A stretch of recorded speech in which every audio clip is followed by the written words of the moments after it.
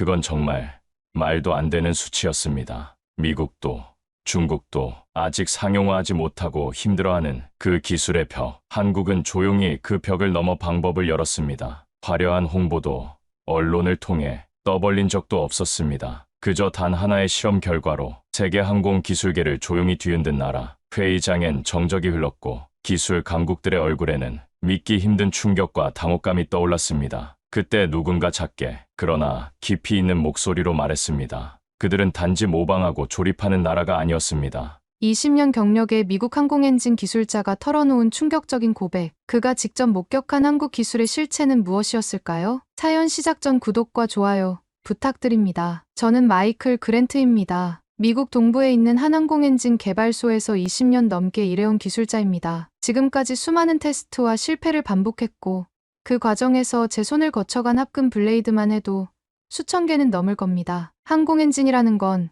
단순히 열을 견디는 금속 조각이 아닙니다. 그 안엔 기류를 다루는 계산, 원심력에 버티는 구조, 그리고 수명을 버텨내는 철학이 들어있습니다. 그래서 저는 항상 자부심을 가졌습니다. 우리는 기술을 이끌고 있다고 말이죠. 그런 저에게 한국이라는 나라는 솔직히 기술보다는 조립과 조율의 이미지로 남아 있었습니다. 특정 기업들이 미국산 엔진을 면허 생산하며 일부 부품을 국산화하고는 있지만 설계에서부터 시작해 항공화까지 전 과정을 독자적으로 해낸 사례는 보지 못했거든요. 그날 아침 저는 그런 생각을 품은 채 로스앤젤레스에서 열린 국제 터빈 심포지엄 행사장에 들어섰습니다. 행사장은 세계 각국의 기술자들로 북적였어요. 유럽, 일본, 러시아에서 온 전문가들이 모여 서로의 연구 성과를 교환하고 있었죠. 저는 익숙한 얼굴들과 인사를 나누며 오전 세션을 둘러보았습니다. 테이블 위에는 각종 기술 자료와 샘플들이 전시되어 있었고 벽면에는 최신 연구 결과를 보여주는 포스터들이 빼곡했어요. 저는 오전 내내 여러 발표를 들으며 메모를 했습니다. 대부분은 이미 알고 있는 내용이었고 약간의 개선점이 있는 정도였죠. 그 발표는 오후 일정의 중반쯤이었습니다. 한국방산기술연구소 소속으로 소개된 발표자는 TIT 1550도에서 30분 이상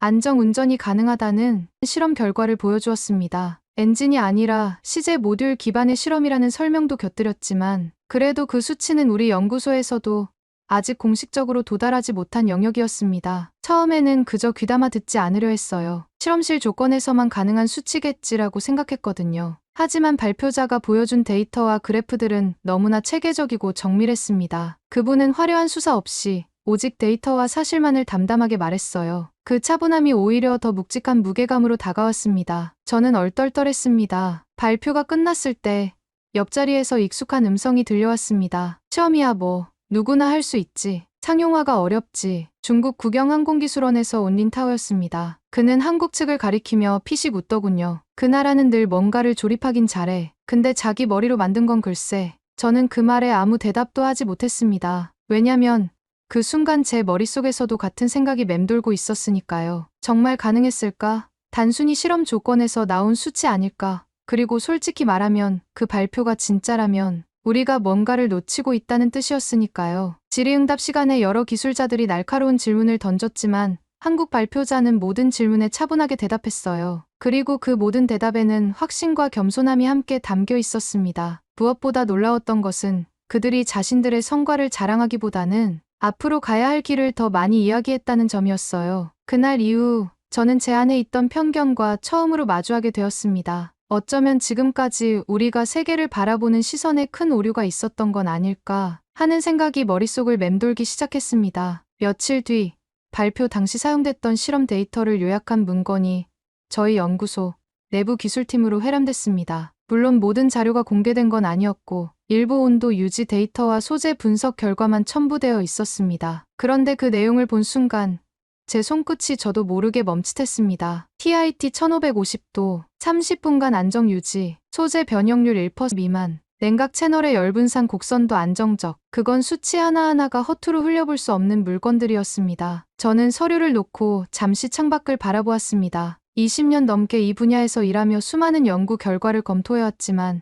이런 데이터는 처음 보는 것 같았어요. 실험 결과가 너무 깔끔했거든요. 보통 이런 극한 환경에서의 실험은 데이터 편차가 크기 마련인데 한국팀의 결과는 마치 오랫동안 다듬어온 듯한 일관성을 보여주었습니다. 연구소의 다른 동료들도 비슷한 반응이었어요. 회의실에서는 작은 웅성거림이 시작되었고 몇몇은 노트북으로 자신들의 실험 데이터와 비교하기 시작했습니다. 우리 연구진도 비슷한 실험을 진행해왔지만 여전히 이런 안정성은 확보하지 못했거든요. 보고서 말미에는 이렇게 쓰여 있었습니다. 상용화 전 단계이며 소재 여러 분석과 반복 실험이 추가로 필요함. 즉, 아직 실용화 단계는 아니지만 명백히 가능성을 입증한 수준이라는 뜻이었죠. 연구소 내 시니어 엔지니어 하나가 고개를 저으며 말했습니다. 우리는 냉각 채널 설계에 너무 집착했나봐. 그들은 소재 자체의 안정성에 더 초점을 맞췄어. 그의 말에 다들 고개를 끄덕였습니다. 확실히 한국팀의 접근 방식은 우리와 달랐어요. 우리가 문제를 해결하려 했던 방식과는 다른 길을 걸어왔던 겁니다. 그날 저녁,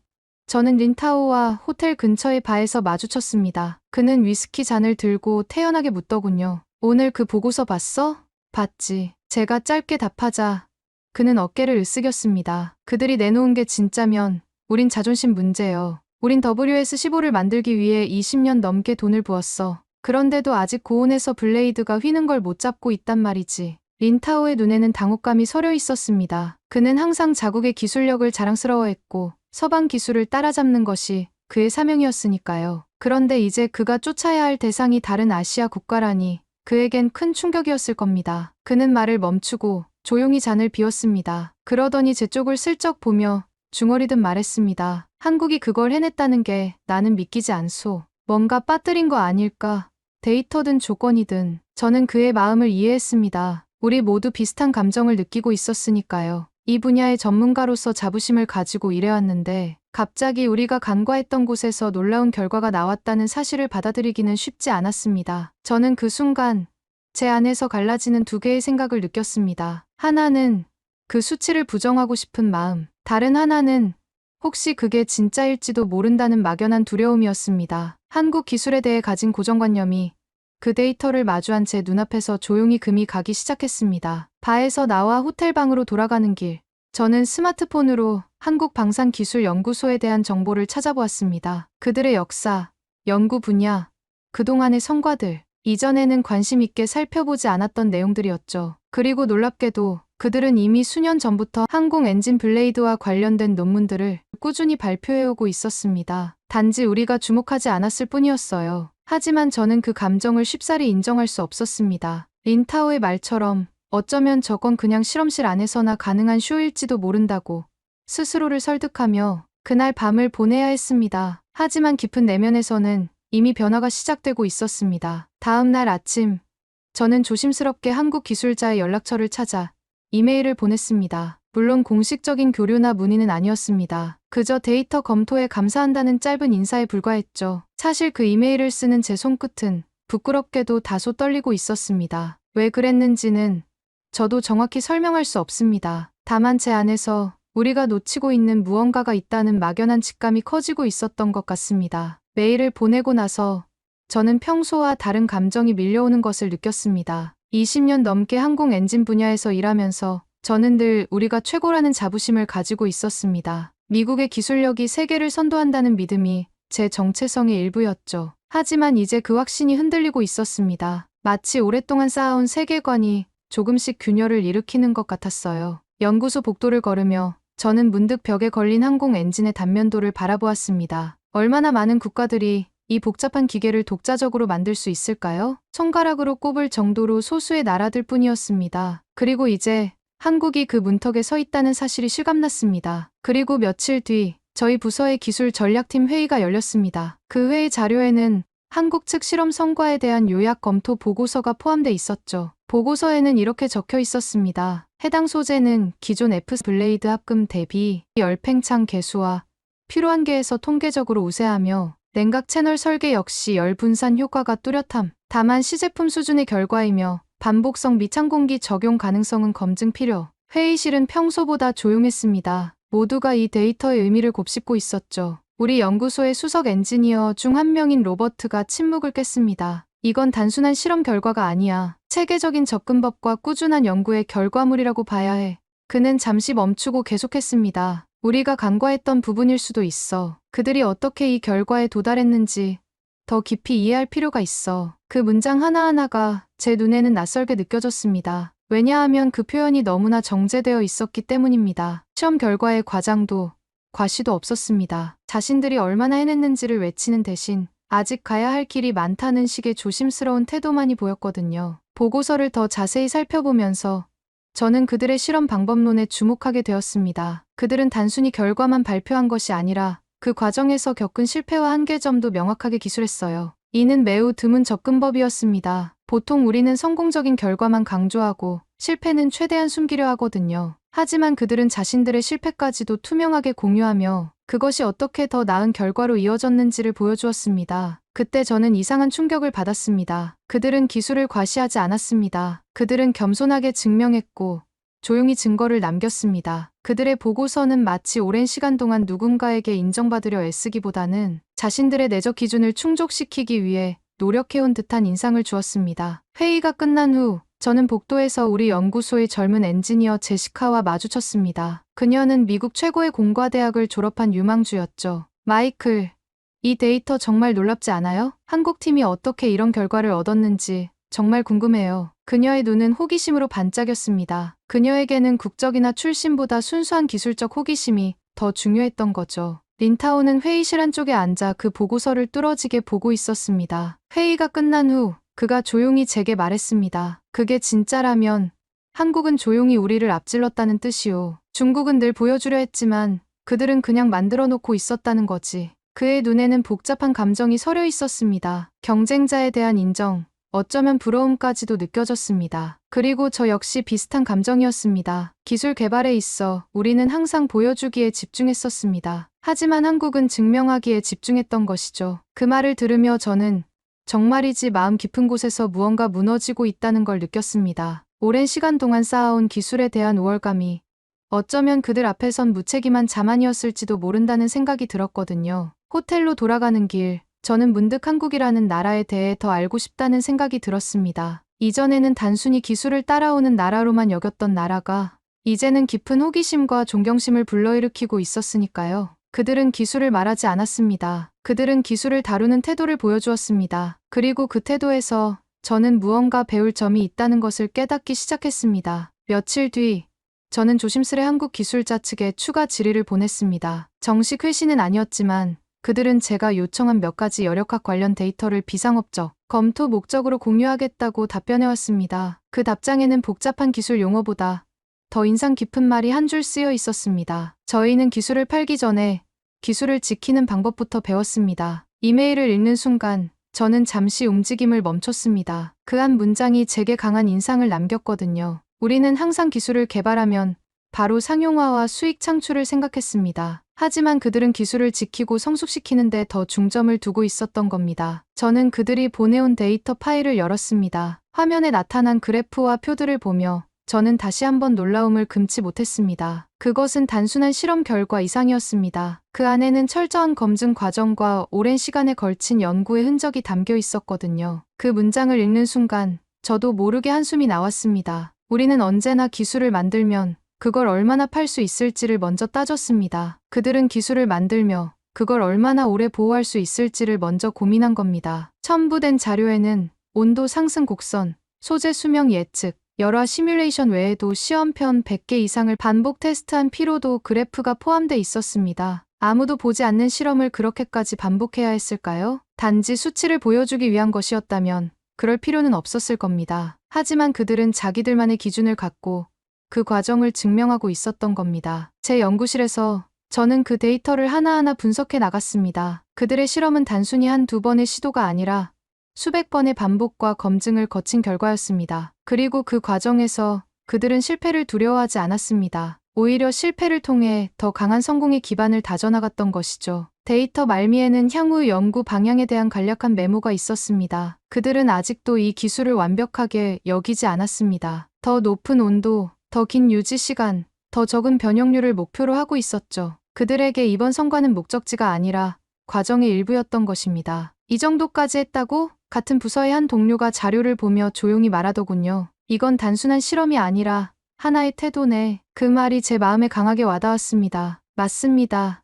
이건 단순한 실험이 아니었습니다. 이건 기술을 대하는 태도, 철학이었습니다. 그들은 인정받기 위해서가 아니라 스스로의 기준을 충족시키기 위해 이 모든 노력을 기울였던 것이죠. 그 말을 들으며 저는 문득 10년 전 제 모습을 떠올렸습니다. F 엔진 개발 막바지, 상업화 일정에 쫓겨 수명을 줄여도 되는 수준의 합금 타협안을 제시했던 회의.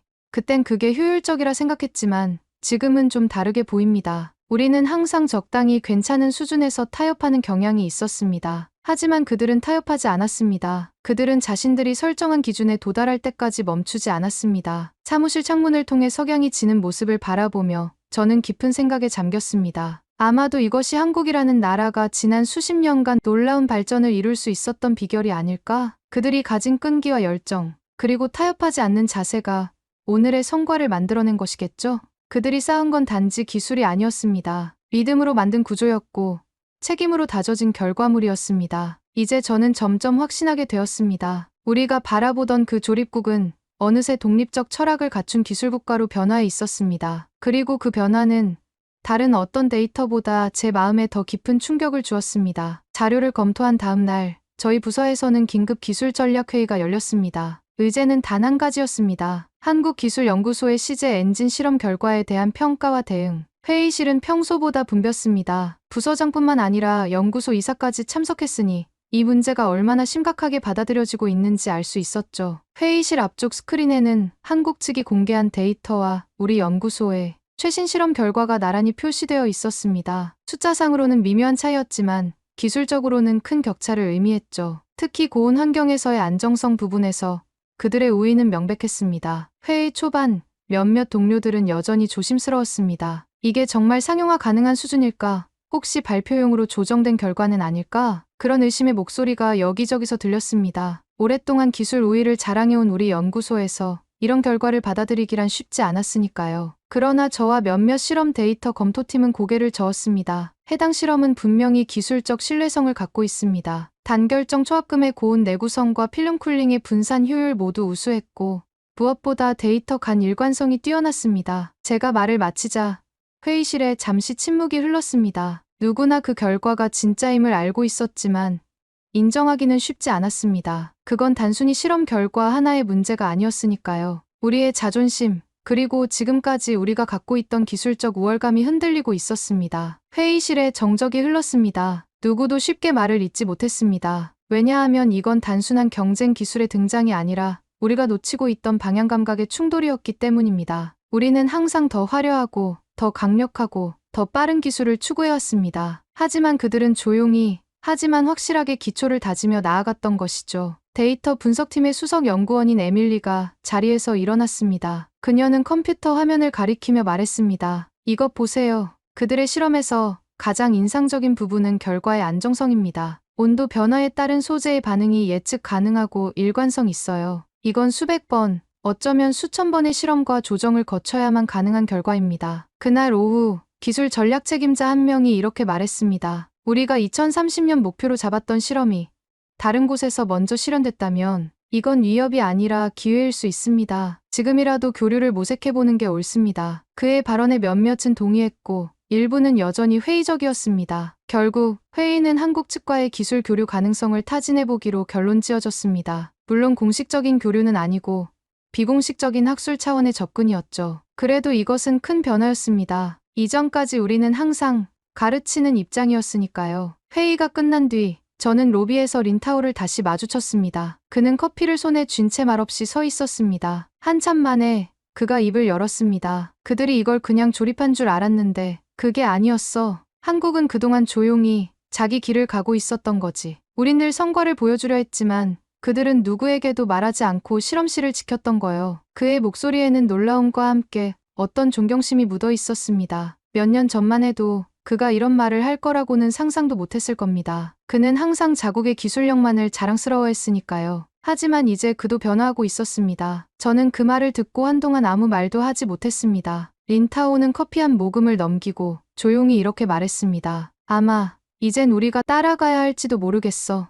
그 말을 듣는 순간 저는 깊은 울림을 느꼈습니다. 불과 몇 주 전만 해도 우리는 한국을 그저 기술을 따라오는 나라로 여겼습니다. 하지만 이제 그 인식이 완전히 뒤바뀌고 있었습니다. 이제 그들은 우리가 배우고 따라가야 할 대상이 된 것이죠. 그 순간 저는 깨달았습니다. 이 모든 이야기는 온도 수치 하나로 시작된 게 아니었습니다. 믿음, 절제, 그리고 철학이 기술을 움직였고 그 중심엔 조용하지만 확고한 원칙이 있었습니다. 이제 그들은 더 이상 면허 생산의 조력자가 아닌 기술의 독자적 주체로 우리 앞에 서 있었습니다. 호텔로 돌아가는 길, 저는 문득 미래에 대한 새로운 시각을 갖게 되었습니다. 이제 우리는 서로 경쟁하는 관계가 아니라 함께 발전해 나가는 동반자가 될 수 있을 것입니다. 그리고 그 과정에서 우리는 그들에게서 많은 것을 배울 수 있을 것입니다. 기술뿐만 아니라 기술을 대하는 자세, 철학까지도 말이죠. 그날 밤 숙소로 돌아온 저는 책상에 홀로 앉아 프레젠테이션에서 봤던 한 장의 이미지,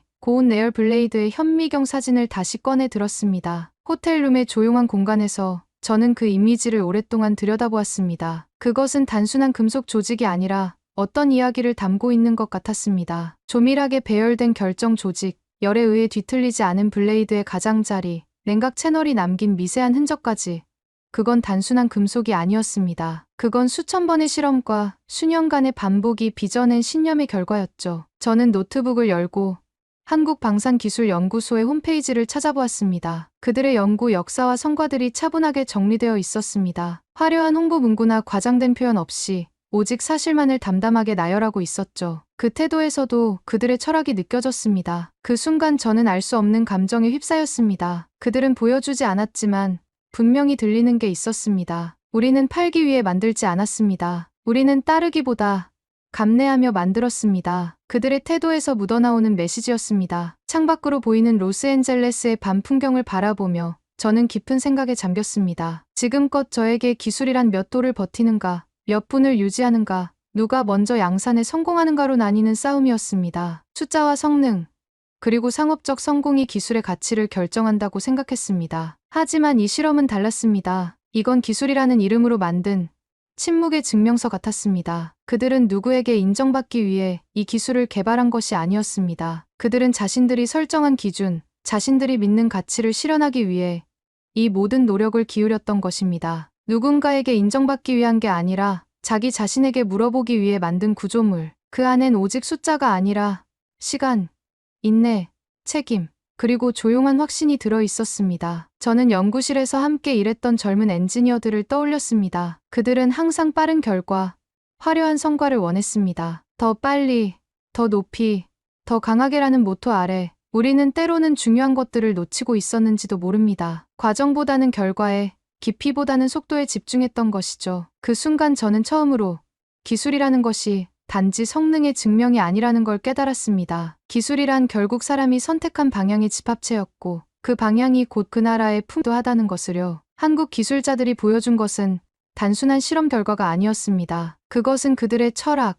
그들의 가치관, 그리고 그들이 걸어온 길이었습니다. 그들은 화려한 발표나 대대적인 홍보 없이 오직 자신들의 능력으로 세계의 존재감을 드러냈습니다. 그들이 기술을 어떻게 보여줬는지보다 어떻게 숨기고 지키고 끝까지 지켜냈는지에 저는 고개가 숙여졌습니다. 그것은 기술 이상의 것, 어쩌면 하나의 문화, 하나의 정신이었을지도 모릅니다. 저는 다시 한번 메일함을 열었습니다. 며칠 전 보냈던 간단한 문의 메일이 아니라 이번에는 진심이 담긴 문장이었습니다. 혹시 다음 실험 단계에서 국제 공동 검토의 형태로 협력할 기회가 있다면 저희 연구소도 참여하고 싶습니다. 그 메일을 작성하며 저는 제 안에서 무언가가 변화하고 있음을 느꼈습니다. 이전의 저라면 결코 이런 제안을 하지 않았을 것입니다. 항상 주도권을 쥐고 기술을 전수하는 입장이었으니까요. 하지만 이제는 달랐습니다. 저는 배우고자 했고 그들의 접근 방식을 이해하고 싶었습니다. 그 메일을 보내며 저는 느꼈습니다. 이건 기술 협력 제안이 아니라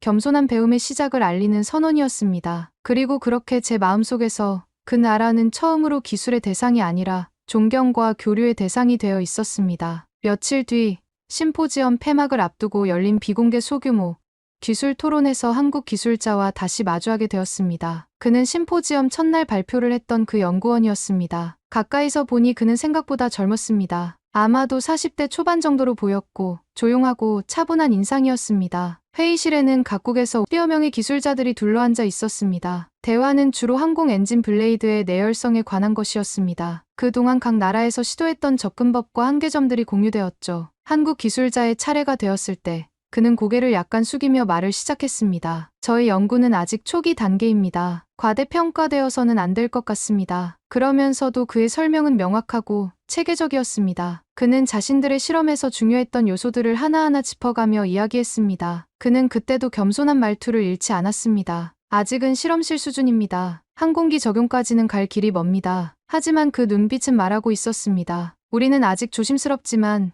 더는 머뭇거리지 않겠다고. 그의 발표를 들으며 저는 그들이 얼마나 체계적으로 문제에 접근했는지 감탄했습니다. 그들은 기존의 방식을 그대로 따르지 않았습니다. 대신 그들만의 독창적인 방법으로 문제를 해결하려 했습니다. 그리고 가장 인상적이었던 것은 그들이 실패를 두려워하지 않았다는 점이었습니다. 우리는 처음에 50번 이상 실패했습니다. 그가 설명했습니다. 하지만 매번 실패할 때마다 우리는 조금씩 더 배웠습니다. 그리고 그 모든 실패가 결국 오늘의 성과를 만들어냈습니다. 그의 말에 회의실은 잠시 조용해졌습니다. 실패를 인정하는 것은 이런 자리에서 흔치 않은 일이었습니다. 보통은 성공만을 이야기하고 실패는 감추려 하니까요. 하지만 그는 자신들의 취약함까지도 솔직하게 공유했습니다. 그것이 또 다른 형태의 자신감이었습니다. 토론이 진행되면서 점점 더 많은 사람들이 한국 기술자의 의견에 귀를 기울이기 시작했습니다. 그의 겸손함과 명확함, 그리고 깊은 전문성이 존경을 불러일으켰던 것이죠. 저는 그 자리에서 그에게 정식으로 악수를 청했습니다. 당신들의 과정, 깊이 존경합니다. 그의 눈이 잠시 동그랗게 커지더니 조용히 고개를 숙였습니다. 아마 그 순간 저의 말이 단순한 외교적 인사로 들리지 않았으리라 믿습니다. 그건 한 기술자가 또 다른 기술자에게 건넨 진심의 경의였으니까요. 우리는 회의가 끝난 후에도 대화를 이어갔습니다. 그는 자신들의 연구 과정에 대해 더 자세히 설명해 주었고, 저는 우리 연구소의 경험을 공유했습니다. 그 대화는 경쟁이 아닌 서로의 지식과 경험을 존중하는 진정한 교류였습니다. 그날 저녁, 저는 로비에서 린타오를 다시 마주쳤습니다. 그는 평소처럼 무뚝뚝한 얼굴로 커피를 마시고 있었습니다. 한참을 말 없이 앉아있던 그가 문득 이런 말을 했습니다. 그들이 이룬 성과보다 그걸 어떻게 다루는지를 보면서 좀 이상하게 부끄럽더이다. 우린 누가 먼저 공개하고 누가 먼저 베끼는지만 고민했어. 그들은 그냥 자기 자리를 지키고 있었는데 린타오의 말에는 진정한 반성이 담겨 있었습니다. 그는 항상 자국의 기술력을 과시하고 싶어 했던 사람입니다. 그런 그가 이제 다른 나라의 접근 방식에 존경심을 표현하고 있었습니다. 이것은 작지만 중요한 변화였습니다. 그는 한숨을 쉬며 웃더군요. 한국이라는 나라,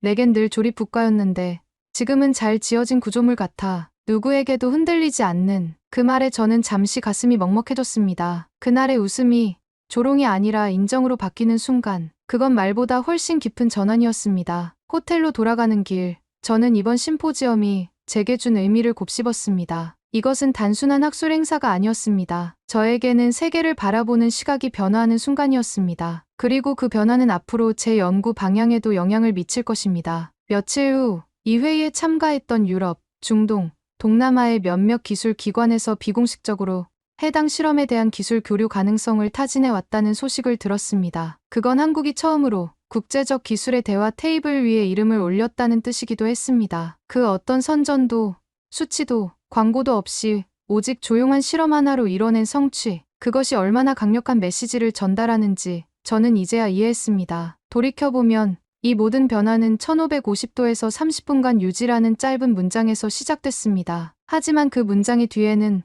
숫자가 아닌 사람이 있었고, 철학이 있었고, 그걸 믿고 기다려준 사회가 있었음을 이제야 저는 이해하게 되었습니다. 비행기 탑승을 앞두고 저는 한국 기술자에게서 받은 명함을 다시 한번 바라보았습니다. 조용한 기술이 가장 멀리 간다는 말, 그 말의 진정한 의미를 이제야 저는 조금씩 알아가고 있었습니다. 그것은 단순한 기술적 성취를 넘어선 하나의 철학, 하나의 삶의 방식이었습니다. 그리고 그 철학이 만들어낸 결과는 어떤 화려한 홍보보다도 강력했습니다. 돌아가는 비행기 안에서 저는 조용히 눈을 감았습니다. 며칠 전 그 심포지엄 회의장 한복판에서 제가 외쳤던 말이 떠올랐습니다. 그때 저는 그저 놀랐고 믿을 수 없었고 솔직히 말하면 인정하고 싶지 않았습니다. 비행기 창밖으로 보이는 구름을 바라보며 저는 지난 며칠간의 경험을 되새겼습니다. 그것은 단순한 기술 컨퍼런스가 아니라 제 내면의 변화를 가져온 여정이었습니다. 제가 오랫동안 믿어왔던 많은 것들이 도전받고 새롭게 재정립되었던 시간이었죠. 하지만 지금은 다릅니다. 지금 그 말을 다시 떠올리면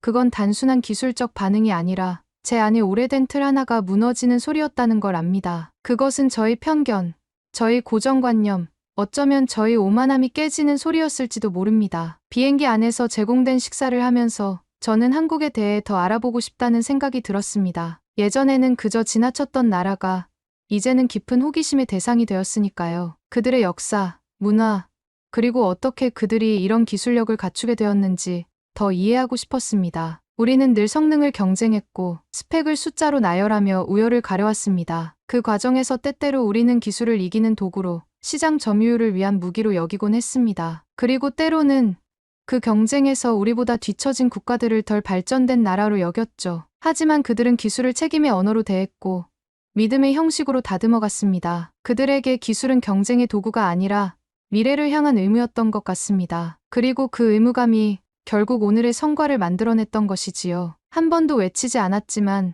자신들의 실험 하나하나에 침묵의 확신을 담았고 누가 보지 않아도 끝까지 데이터를 쌓아냈습니다. 그들은 눈앞의 화려한 성과보다는 오랜 시간에 걸친 단단한 기초를 중요시했습니다. 그리고 그 기초가 결국 오늘의 놀라운 결과를 가져온 것이겠죠. 이제 그들이 보여준 건 단순한 기술 독립이 아닙니다. 그건 기술을 바라보는 방식의 독립이었습니다. 그들은 남을 따라가지 않고 자신들만의 방식으로 문제를 바라보고 해결하는 법을 배웠습니다. 그리고 그 과정에서 그들은 더 나은 길을 발견했습니다. 비행기가 점점 고도를 낮추며 미국 동부의 하늘로 들어섰습니다. 창밖으로 보이는 도시의 불빛들이 제게 많은 생각을 하게 했습니다. 이 불빛들 하나하나가 모여 도시를 밝히듯 개개인의 노력과 헌신이 모여 한 나라의 기술력을 형성하는 것이겠죠. 저는 지금도 기술을 사랑합니다. 하지만 그 사랑이 얼마나 독선적이었는지 이번 경험을 통해 비로소 깨닫게 되었습니다. 제가 사랑했던 것은 어쩌면 기술 그 자체가 아니라 기술이 가져다주는 우월감이었을지도 모릅니다. 하지만 이제 저는 기술의 진정한 가치가 무엇인지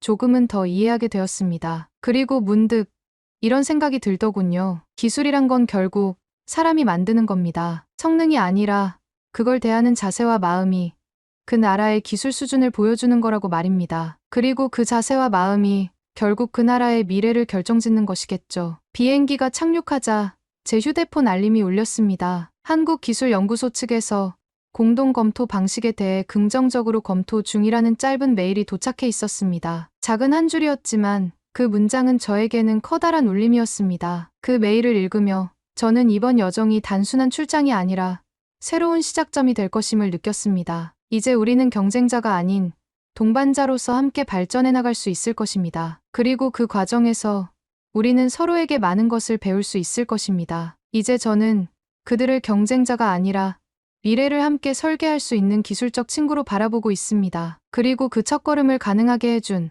그날의 회의장을 저는 이렇게 기억합니다. 그날의 회의장은 내 오만을 깨우는 교실이었습니다. 택시를 타고 집으로 돌아가는 길, 저는 창밖의 풍경을 바라보며 생각했습니다. 이제 저는 압니다. 이 작은 나라가 왜 그렇게 빠르게 성장했는지, 왜 그토록 조용히, 그러나 단단하게 걸어왔는지를요. 그들의 성공은 우연이 아니었습니다. 그것은 끈기, 겸손함, 그리고 확고한 신념의 결과였습니다. 그들은 말없이 증명했습니다. 한다면 하는 사람들, 불가능을 가능으로 바꾸는 사람들. 그게 바로 한국인들이었습니다. 어떤 환경이든 어떤 조건이든 결국엔 해내고야 마는 진짜 기술국가의 국민들이었습니다. 집에 도착해 짐을 내리며 저는 이번 여정이 제 인생의 새로운 장을 열어주었음을 느꼈습니다. 더 열린 마음으로, 더 겸손한, 그리고 더 넓은 시각으로 세상을 바라볼 수 있게 해준 소중한 경험이었습니다. 그리고 그 모든 변화의 시작점에는 조용히 자신의 일을 해나간 한국의 기술자들이 있었습니다. 오늘 사연에 대한 여러분의 생각을 댓글로 남겨주세요. 감동뭉클에서는 여러분의 소중한 마음을 모아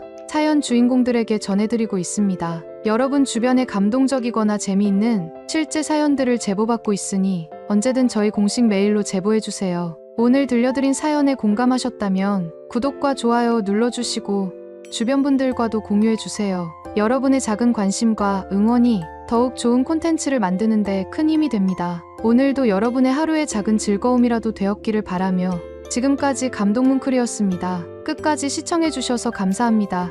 다음에 더 감동적인 사연으로 찾아뵙겠습니다.